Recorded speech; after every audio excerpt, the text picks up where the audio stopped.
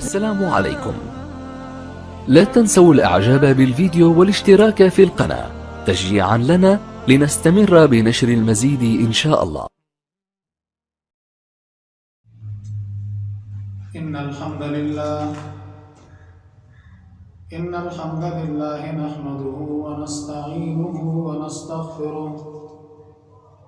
ونعوذ بالله من شرور أنفسنا ومن سيئات أعمالنا. من يهده الله فلا مضل له ومن يضلل فلا هادي له. وأشهد أن لا إله إلا الله وحده لا شريك له. وأشهد أن محمدا عبده ورسوله صلى الله تعالى عليه وعلى آله وأصحابه أجمعين. أما بعد فأعوذ بالله من الشيطان الرجيم. بسم الله الرحمن الرحيم. يا أيها الذين آمنوا أطيعوا الله وأطيعوا الرسول ولا تبطلوا أعمالكم. فقال النبي صلى الله عليه وسلم تركت فيكم أمرين لن تضلوا ما تمسكتم بهما كتاب الله وسنة رسوله أو كما قال النبي صلى الله عليه وسلم.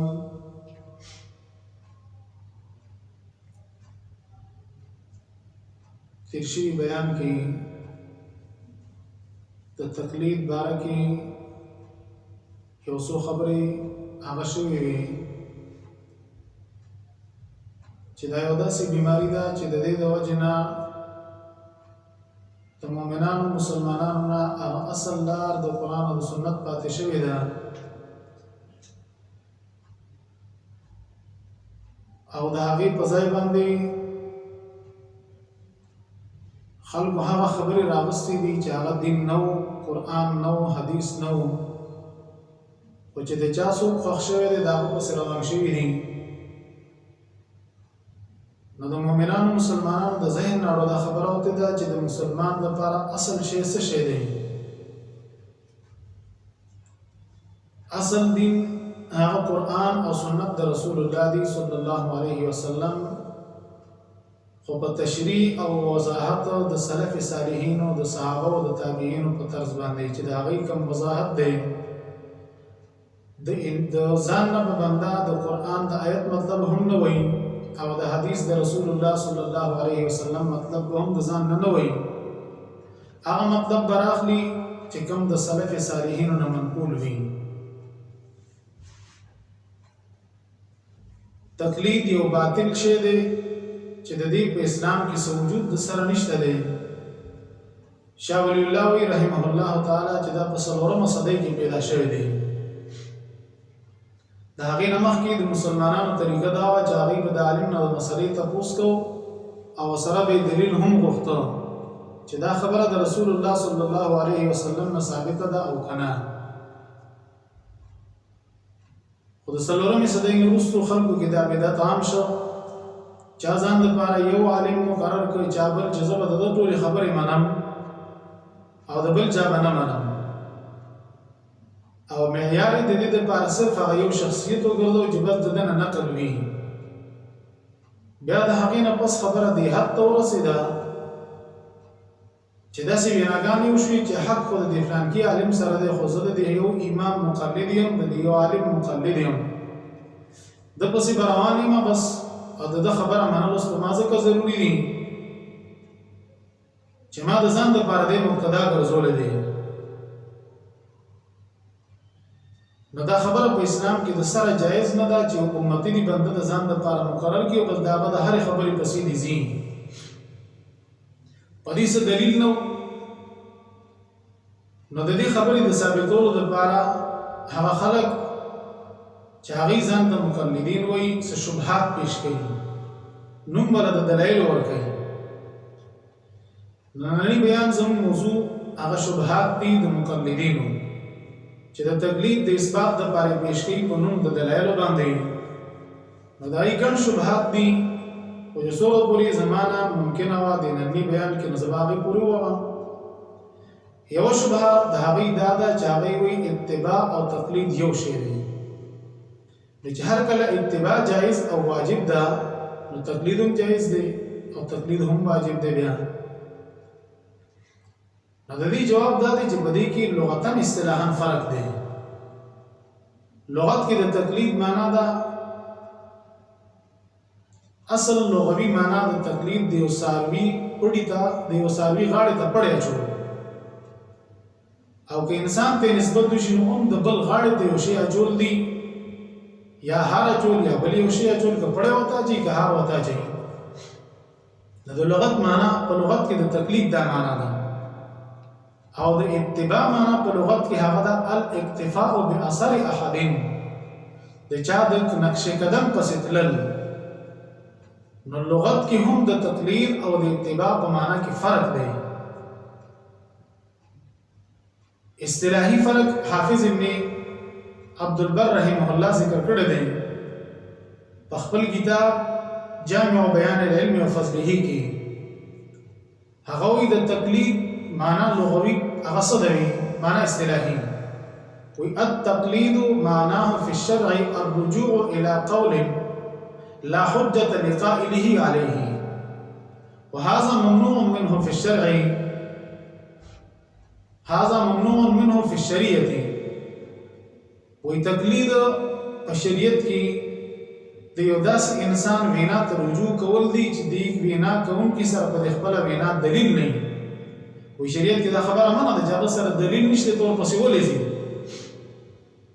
او اتباع څه ته وایي؟ والاتباع ما ثبت علیه حجة، اتباع هغې ته وایي چې په هغې باندې دلیل موجود وي. بل ځای کې وایي كل من اتبعت قوله من غير أن يجب عليك قوله لدليل يوجب ذلك فأنت مقلد. وی تقلید څه ته وایي؟ د یو انسان د قول پسې ته روان شي، داسې انسان چې هغه سره کوم قول دی نو د دې قول د واجبولو دپاره د هغه سره څه دلیل نشته دی او ته ورپسې ځې، نو به ته د هغه مقلد یې. او التقلید فی دین الله غیر صحیح، د الله په دین کې تقلید نه دی صحیح. یعنی د اسلام کې د دې تصور نشته دی چې سړي سره د دلیل نه ته دی ورپسې روان وي. او داسې امي پاتې کېدل هم په اسلام کې د دې اجازه نشته دی چې یو سړی بیا دا فرق نشي کولی چې یاره د یو ما ته حدیث وي دی بل خپله خبره وکړه. نه مسلمان به دومره څه ناسه ځان خو پوهه کوي که نه چې یو طرف ته حدیث دی د رسول الله او بل طرف ته چې دی نو د یو عام امتي خبره ده، نو کم اخیستل پکار دي. او یو کل من اوجب علیک الدلیل اتباع قوله فانت متبعه. و یو سړی دی هغه یو خبره کړې ده خو د هغه سره یو دلیل دی چې هغې دلیل د وجې نه د هغه وینا منل په تا واجب دي، نو ته د هغه اوس متبع وي، د هغه پسې روان شو، نو ته تابعداري کوونکی. اول اتباع فی دین الله مسوغ، اتباع د الله په دین کې راغلی ده. او تقلید ممنوع، تقلید نشته دی، تقلید منع دی. د یو قائل سره دلیل نشته دی په خپله وینا، یا دلیل ورسره شته خو تا ته نه دی معلوم. ویره موږ به اعتماد کوو تش په پټو سترګو باندې، په پټو سترګو اعتماد په شریعت کې بالکل نشته. چې یاره به ټیک ده دې سړي دا خبره کړې ده، زما ګمان دا دی چې د سره به دلیل نه وي. د ګمان دین اسلام رسول الله صلی الله علیه وسلم ترکتکم علی ملة بیضاء لیلها کنهارها، وایي زه تاسو په یو سوتره دین پرېږدم چې د هغې شپه هم لکه د ورځې غوندې روښانه ده، هېڅ پټوالی پکې نشته. او رب العزت ویلي دین کامل دی. نو دا یو شبهه ده چې تقلید او اتباع یو شی دی. علما لکه حافظ ابن عبدالبر رحمه الله په خپل کتاب کې او دارنګې اعلام الموقعین کې ابن قیم رحمه الله باب قائم کړی دی. هغه وایي فساد التقلید ونفيه والفرق بین التقلید والاتباع. که دا دواړه یو شی نو دوی فرقونه ولیکو. د باب مستقل په کتاب کې باب قائم کړی دی چې تقلید ځان له شی دی او اتباع ځان له شی دی. او که اتباع شي نو اتباع دوه قسمه ده. یو اتباع ده اتباع شرعي او بله مضموم ده. مضموم اتباع کوم یو ده؟ بې دلیله چا پسې تلل. نو دغې ته که اتباع یو سړی وایي که دې ته تقلید وایي نو دا ناروا دی. او او اتباع شرعي دا چې سړي سره دلیل دی دا دلیل وي او بیا ته دا خبره مانی نو دې ته اتباع او شریعت دې اعتبار ورکړل دي د لفظ د اتباع په قران مجید کې دا استعمال شوی دی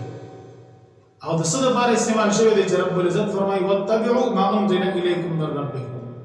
روان شي د هغه څه پسې چې تاسو د الله د جانب را لګل شوی دی قران مجید واتبعوا احسن ما انزل الیکم من ربکم تاسو ته چې تاسو د رب د طرفنا کومې خسته خبرې را لګل شوی دی دا غي پس روان شي رسول الله تعالی رب العزت حکم کوي اتبع ما اوحي الیک من ربک تا د چې ستاسو د رب د طرفنا د کوم کتاب وحی کړی شوی دی هغه پس روان شي ان اتبع الا ما يوحى الي رسول الله صلى الله عليه وسلم زد وحي بسرانه مؤمن مسلمان با وحي بسيزي وهذا كتاب انزلناه مبارك فاتبعوه رب العزت دا کتاب دے مانا لګل دې بسران شه برکت والا کتاب دے نو قران پس دل حدیث د رسول الله پس دل دې ته اتباع وي دا یو سړی په خپل کته شي کدی یو عالم نه اوریدل دې دا خبره منی نه دې ته اتباع وي ویا یو شبهه دا پیش کړي وای که یو عالم تاسو وی چې دا حدیث دی یو عالم تاسو دا وی چې دا آیت دی او د دې دا معنا ته غلطه وکړه نبی معنا دا چې ته په هر صورت کې د تقلید نه اوزینا دا خبره غلطه ده د یو سړي منډه تر عالم پوری وي هغه وته وی چې دا پیغمبر علیه السلام حدیث دی اوس یې مورید ده امي سړي د بار دومره کافی ده چې هغه ته ماته د الله د پیغمبر خبره پیش اوس چې عالم د پیغمبر پسې دروغ تړي نو دا پر الله سزا تیار کړی ده بس د دې موریده په هغه د بل عالم نه ته پوسو کی هغه ته دا خبره غلطه ده ټیک ده دلیل او ته پیش کو مطلب کوی کو نو د دې زما فارغه شو د بل عالم نه تاسو کی هغه ته آیت او هغه ته داوی بیا د بل نه تاسو کی خبر شک وباسي په دې طریقه باندې یو شبهه ولا پیش کړي ویلوی محدثین دي مفسرین دي چاغی دي ائمه ته منسوب دي دا دلیل د دې دی چې دې ټول لوی خلکو تقلید کړی دی د دې جواب دا دی چې یو په دې کې تقلید شخصي نشته دی چې څومره علما دي ائمه اربعه ته منسوب دي دا یو مسله چې ګوري نو یو امام موافق فتوی بل مسله ګوري د بل امام موافق فتوی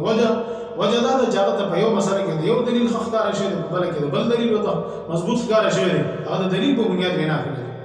د دیو جنت امام نووي رحمه الله چې خلک وی یره د امام شافعي سے پس روان نه او اتفق راي مع رايه او زمو دا راي او شان شوی دی دا مخالف دی او دې مسله کې زمو د امام شافعي سے راي او دی بلدانا چې دا نسبت په تقلید دلالت نه کوي دې ته توافق فی الاتحاد لکه ما چې خبره چې د دوړو اتحاد یو شوی دی ځکه خلک یې د یو شافعي دی بل حنبلي دی او بل حنبلي دی بل خبره دې د آیاتونو استدلال کوي رب العزت فرمایي یا ایها الذين امنوا اطيعوا الله واطيعوا الرسول واولي الامر منكم ای ایمان ولو د الله باندې د رسول الله باندې پتا سو چې کوم اولو الامر دي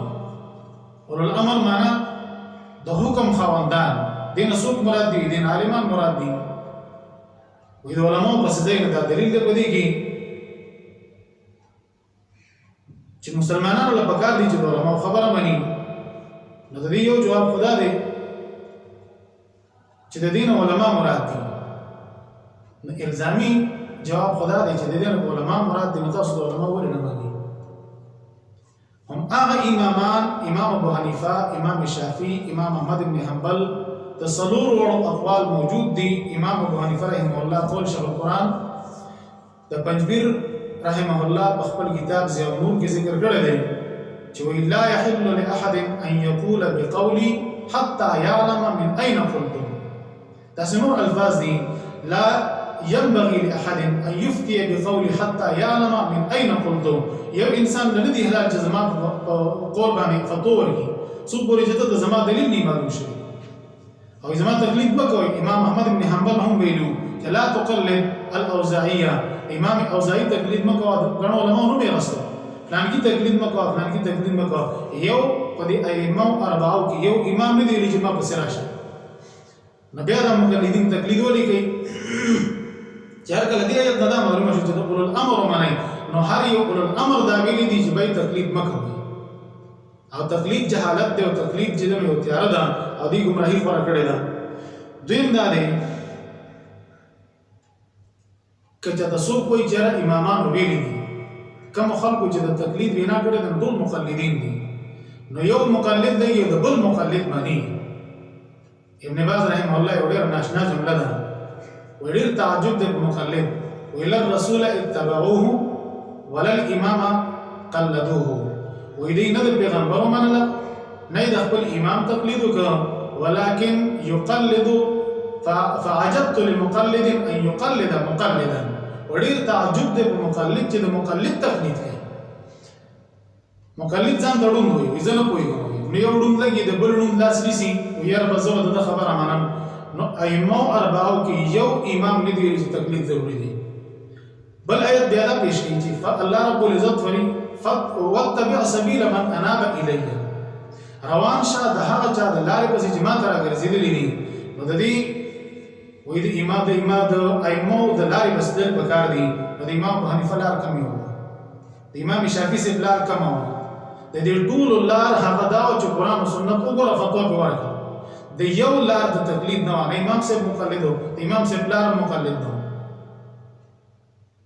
کله وایي تقلید واجب دی دا کله نه واجب شوی دی څلورمې صدۍ پورې خو د دې اډو چاته نوم نه و نو چا واجب کړه. بدعتیانو باندې چې موږ رد کړو سنت نه وروسته د جمعې دعا کوي ولې کوئ یاره دا مستحب ده. نو زموږ ټول علما دا قاعده ذکر کوي چې استحباب امر شرعي دی. امر شرعي دپاره دلیل شرعي پکار دی. نو وجوب خو ډېره لویه خبره ده چې یو شی د سره په اسلام کې شته نه او دا یو څلورمه صدۍ کې بدعت پیدا شوی دی بدعت ایجاد شوی دی او بیا خلک لږ هغه واجب کوي په خلکو باندې ډېره د تعجب خبره ده. د یو څیز د سره ثبوت نشته او د قرآن مجید د کوم آیتونو نه چې دا خلک استدلال کوي نو یو مجتهد نه دی ویلي چې دې نه دا آیت نه ثابته شوه چې دا تقلید ته نه ثابت شي نه من ادعا فعلیه البیان څوک چې دعوه کوي دې نه ثابته د مقلد قول به نه ذکر کوي د مجتهد قول د ذکر کوي چې ردی امام دا ویلي دي چې د دې نه دا مسله ثابته شي دې نه تقلید واجب د تقلید وجوب ثابت شي دا دروغ وایي. بل الله رب العزت هم په دغه آیت کې ورپسې سوی فإن تنازعتم فی شیء فردوه الی الله والرسول که ستاسو جګړه راغله نو که د اولو الامر نه مراد دغه علما شي د اولو الامر سره جګړه بیا د کومې غاړې روا شو خو بالفرض اختلاف راغی په یو څیز کې بیا به فیصله په چا کوو بیا به د چا قول معتبري فلا وربک لا یؤمنون حتى یحکموک فیما شجر بینهم. اختلاف د حل کولو ځای بیا الله او د الله رب العزت پیغمبر دی یعنی قرآن او سنت د رسول الله صلی الله علیه و آله وسلم. اوس هم چې کوم اختلافي مسلې دي چې کله سړی کینی په قرآن او سنت باندې هغه حل کوي 2 منټو کې حل راوځي خو قرآن او سنت ته غاړه نه ږدي. بله دا ده چې اولو الامر دوی به په مسله کې متفقي که مختلف وي نو چې هر کله دوی اتفاق وکړو په مسله باندې اولو الامر به متفق شو اجماع شو اجماع بس ټیک دی اجماع تابعداري د قرآن او سنت تابعداري ده ځکه قرآن د مزمز کې بله شبهه او اهل حدیث وایي زموږ 2 اصول دي قرآن او سنت دی بیا به اجماع نه پیش کوي قیاس هم نه پیش کوي نو که اجماع او قیاس په قرآن کې دم نو حدیث کې دم نو خدا په دې کې راغلی دا یو ځان له موضوع ده بیا چې اهل حدیث علما دا مني او که نه موږ دواړه منو ځکه دا په قرآن کې دم نه موجود دي نو څنګه به د سړی انکار کوي. خو دا اوس چې کوم تقلید په دې وخت کې روان دی دا مسلمانان کوي صفا نصوص د قرآن موجود دي صفا نصوص د احادیث د رسول الله موجود دي د هغې په مقابله کې بیا ویل کېږي چې موږ د فلانګي مقلدینو موږ باندې دا خبره منل ضروري دي. کله وایي الله رب العزت ویلي دي فاسألوا اهل الذکر تپوس وکړئ د علم والو نه ان کنتم لا تعلمون که تاسو نه پوهېږئ. نو د عالم نه د امي تپوس تقلید دی نه امي سړی چې د عالم نه تپوس کوي دا تقلید نه ده د ده په وس کې دقه تحقیق دی چې د دا تحقیق وکړو هغه ورته ووایي هغه به ورته دا نه وایي چې ما ته خپله رایه ووایه هغه ته وایي ما ته د الله دین پیش کړه ما ته د پیغمبر علیه السلام حدیث ووایه هغه به ورته حدیث وایي دی بیا مني. فاسألوا چې څومره آیتونه دي په قرآن مجید کې د دې ټولو په باره کې چې د هغې نه کتابونه ډک دي سفر آسان صفدر صاحب هم ذکر کړي دي تقي عثماني صاحب هم ذکر کړي دي